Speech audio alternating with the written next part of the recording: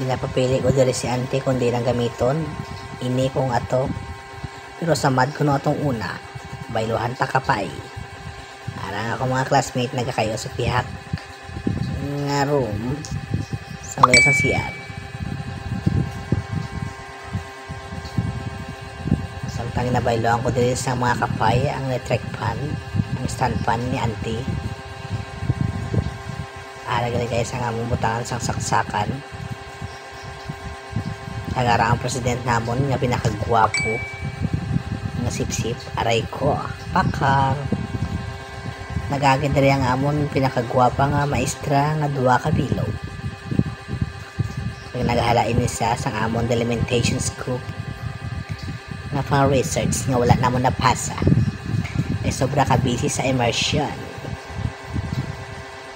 Nag-agi na aras sila guys ang pinakagwapa nga mga maestra aray ko.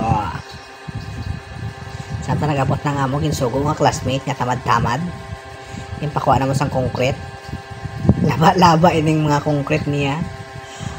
Wala kami sampang pokpok sa pader bot ko na nang hinahinala ni presidensiya ari nagkinatakot na ang tugang nga CEO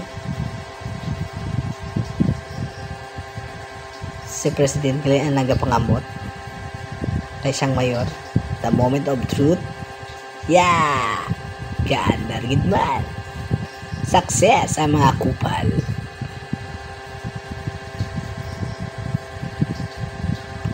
Tumacar paghalinabit at Charlie arang mo na po gawin-hawin ng sang cutter at kung ano yung nagawinakal ni President.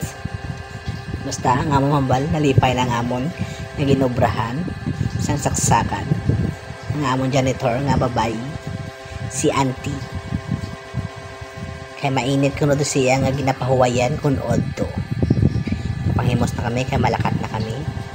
Ano ante malipay ka na kay kayo nang imo nga saksakan. Yeah boy, bye bye. Paka